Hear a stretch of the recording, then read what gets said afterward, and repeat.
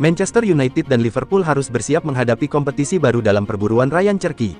Manchester City dikabarkan ikut terjun dalam persaingan untuk mendapatkan tanda tangan gelandang Lyon tersebut. Romano mengungkapkan bahwa minat City terhadap Cherki muncul setelah kepergian Kevin De Bruyne di musim panas ini. Cherki dianggap memiliki talenta dan potensi untuk mengisi peran yang ditinggalkan De Bruyne. Kemampuannya dalam mengolah bola dan visi permainannya dinilai cocok dengan gaya permainan Pep Guardiola. City dikabarkan telah memulai langkah konkret untuk mendapatkan Cherki. Mereka telah melakukan kontak dengan pihak Lyon untuk membahas kemungkinan transfer sang gelandang. Mereka sudah menanyakan persyaratan untuk meminang sang gelandang di musim panas ini. Lyon dikabarkan mematok harga sekitar 20 juta euro untuk melepas aset muda mereka. Jika City menyetujui angka tersebut, Cherki bisa segera berlabuh ke Etihad Stadium.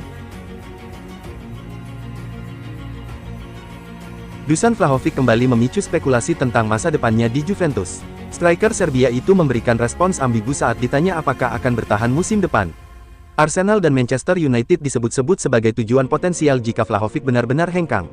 Juventus dikabarkan tak ingin mempertahankannya karena masalah finansial. Dengan kontrak hingga 2026, Juventus lebih memilih menjualnya sekarang ketimbang kehilangan nilai pasar. Premier League menjadi liga yang paling mungkin menjadi destinasi selanjutnya. Jokole menilai Chelsea harus mendatangkan penyerang tajam untuk bersaing di Liga Champions. Dua nama yang disarankannya Victor Osimhen dan Oli Watkins. Kole menyarankan Chelsea untuk merekrut Victor Osimhen atau Oli Watkins. Osimhen menjadi top skor Liga Turki bersama Galatasaray dengan mengemas 25 gol. Sementara, Watkins bikin 17 gol di Liga Inggris musim ini dengan Aston Villa. Carlo Ancelotti tak memanggil Rodrigo dan Neymar untuk menyongsong laga perdananya sebagai pelatih timnas Brasil. Ia punya alasan kuat tak panggil keduanya. Kejutan hadir saat Ancelotti memutuskan untuk mengundang sayap Real Madrid, Rodrigo. Padahal Ancelotti mengenal betul Rodrigo karena lama melatihnya di Madrid. Satu-satunya pemain El Real yang dipanggil ke timnas Brasil saat ini adalah Vinicius Junior. Satu keputusan lain yang mengundang perdebatan adalah tak dibawanya Neymar, yang saat ini bermain untuk klub kampung halamannya Santos. Keputusannya kembali ke Brasil disebut demi untuk bisa menjaga peluang membela Seleção di Piala Dunia 2026. Namun, Ancelotti juga belum melirik Neymar. Ancelotti mengungkap alasan tak memanggil Neymar. Ia menegaskan bahwa hanya memanggil pemain yang dalam kondisi terbaik. Apalagi Brasil diberkahi banyak pemain berkualitas. Neymar dalam kondisi untuk menemukan kembali bentuk permainan terbaiknya di Santos. Hal serupa tampaknya juga jadi alasan Ancelotti tak memanggil Rodrigo. Rodrigo tak bermain dengan performa terbaik di musim ini. Anthony mengaku punya sedikit penyesalan soal kiprahnya di Manchester United. Ia pun tidak tahu soal kelanjutan masa depannya nanti di MU. Ia pun menyesal gagal memberikan kontribusi maksimal selama di MU. Dengan kontraknya yang masih berjalan sampai 2027, pemain berusia 25 tahun itu tidak tahu apakah masih akan lanjut di Old Trafford. Saya merasa kalau saya bisa saja melakukan lebih lagi dengan seragam United, tapi saya juga sangat bersyukur atas rasa cinta semua orang yang saya dapat di sana. Saya bahkan punya banyak kontak di sana, ujar Anthony kepada TNT Sports. Mario Balotelli mengaku menyesal pulang ke Serie A. Terpinggirkan di Genoa, Super Mario masih belum gantung sepatu. Mau lanjut ke MLS, katanya. Mario Balotelli bergabung ke Genoa pada musim panas 2024. Sang striker direkrut secara cuma-cuma. Sayangnya, Balotelli gagal torehkan cerita indah. Balotelli cuma bermain 6 kali di Liga, serta ada ribut-ribut antara dirinya dan pelatih Patrick Vieira. Mario Balotelli masih belum mau gantung sepatu. Pemain berusia 34 tahun itu mau cari tantangan baru di luar Eropa, khususnya tertarik jajal MLS di negeri Paman Sam. Manajemen Milan kabarnya mulai berburu pelatih baru. Laporan yang dilansir Football Italia menyebut, nama Thiago Motta masuk dalam daftar yang dipertimbangkan. Motta juga baru saja dipecat Juventus. Pelatih 42 tahun itu membawa Bianconeri sempat terlempar dari 4 besar, puncaknya saat kalah beruntun dari Atalanta dan disikat Fiorentina, Maret lalu.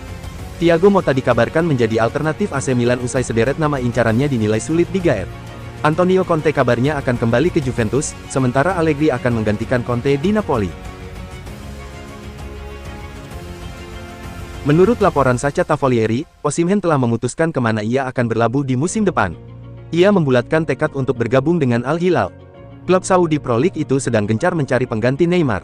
Mereka butuh mesin gol yang teruji di lini serang mereka. Kualitas Osimhen sebagai salah satu striker terbaik di Eropa membuat Al Hilal yakin ia bisa menjadi solusi. Dengan kedatangannya, klub berharap bisa semakin dominan di kancah domestik maupun internasional. Alasan utama Osimhen memilih Al Hilal adalah besaran tawaran yang tidak bisa ditandingi MU atau Chelsea. Striker berusia 25 tahun itu akan menandatangani kontrak 3 tahun di Al Hilal. Ia akan menerima gaji dengan nominal fantastis yaitu sekitar 16 juta euro per tahun. Angka tersebut jauh lebih tinggi dari yang ditawarkan kedua raksasa Inggris tersebut. Sehingga Osimhen kini mantap untuk membela Al Hilal.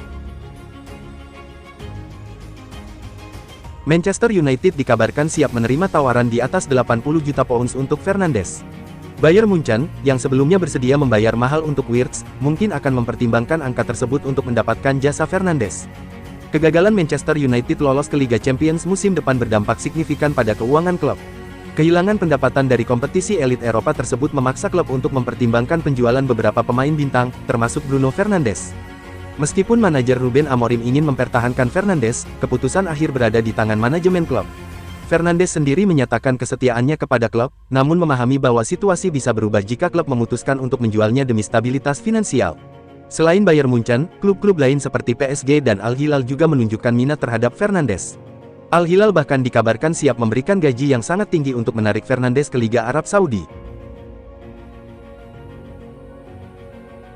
Carlo Ancelotti kini tukangi timnas Brasil. Jelang lanjutan kualifikasi Piala Dunia 2026, Ancelotti panggil dua wonderkid Chelsea ini untuk masuk ke skuadnya. Dilansir dari berbagai sumber, Ancelotti juga mempercayakan para pemain muda.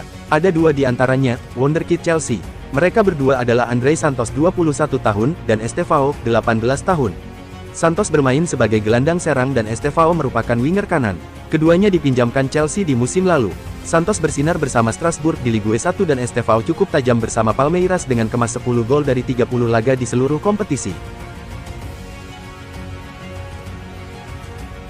Barcelona telah mengamankan masa depan salah satu bintang muda terbesar mereka, Lamine Yamal, dengan memperpanjang kontrak pemain berusia 17 tahun tersebut hingga tanggal 30 Juni tahun 2031.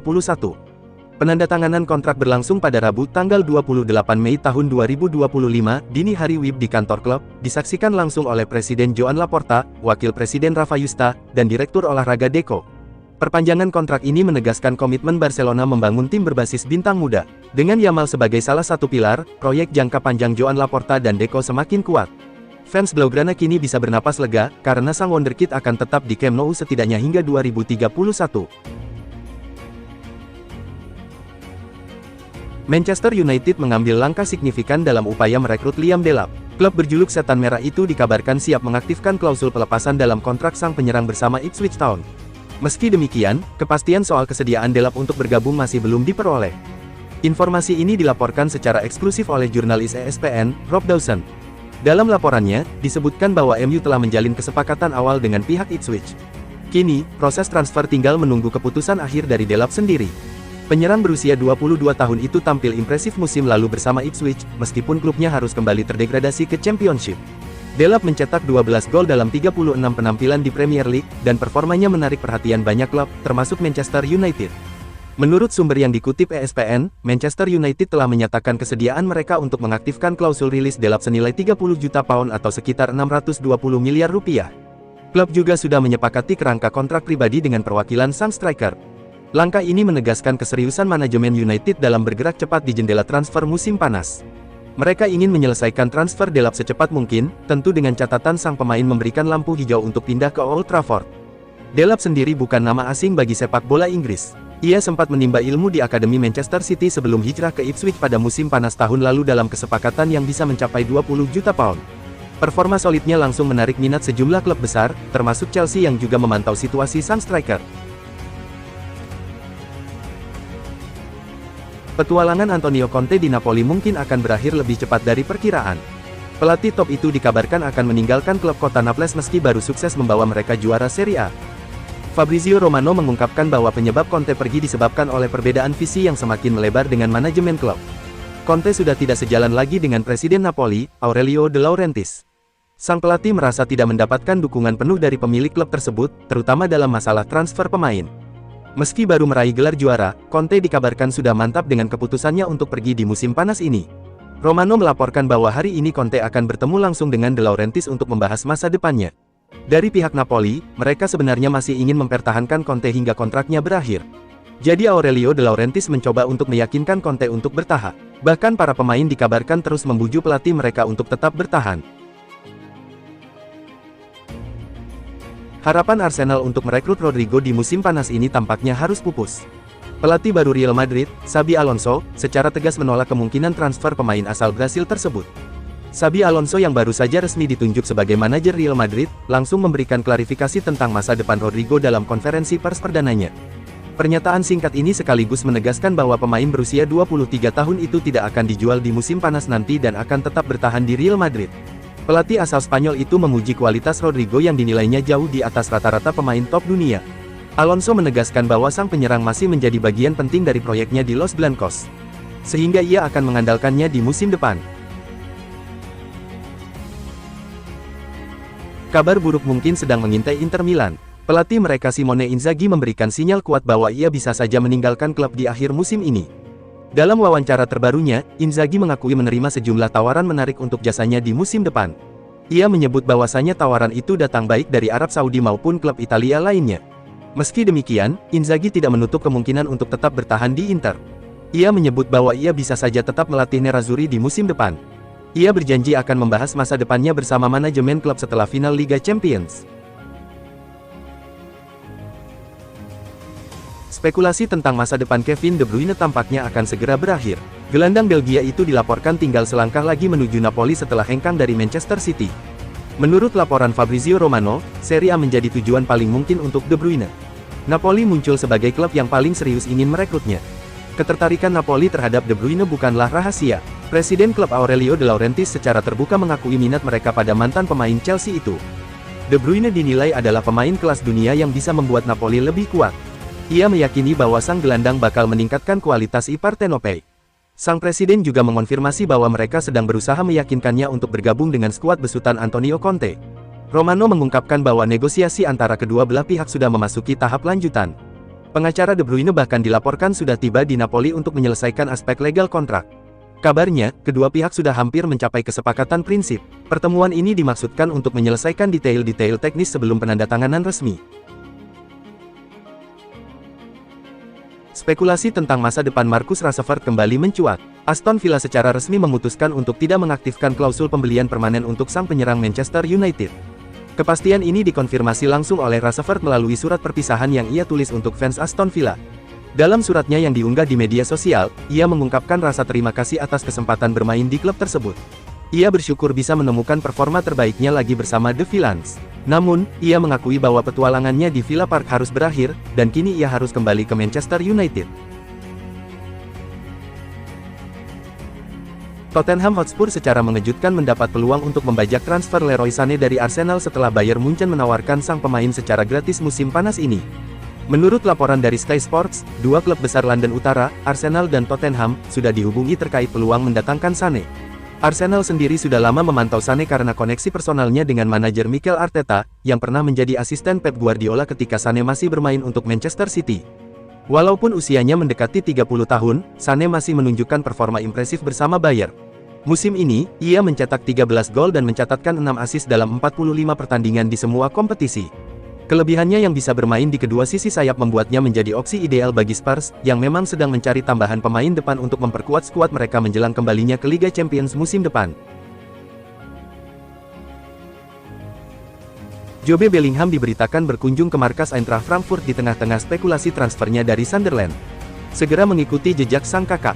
Usai kunjungannya ke Eintracht, Jobe diberitakan melangkah keluar dari klub Jerman itu dengan hati senang. Demikian ungkap jurnalis asal Jerman, Florian Plettenberg. Jurnalis Sky Sports tersebut sampaikan informasi terbaru mengenai perjalanan Jobe ke kandang Die Adler. Di laman X, Plettenberg mengakui Frankfurt memiliki perasaan yang sangat baik setelah kunjungan Bellingham. Pihak klub Bundesliga itu bahkan menunjukkan kepada Jobe bagaimana kota mereka, tempat latihan dan kantor klub, sementara staf pelatih menjelaskan di mana ia akan mainkan peranan kunci di dalam tim mereka.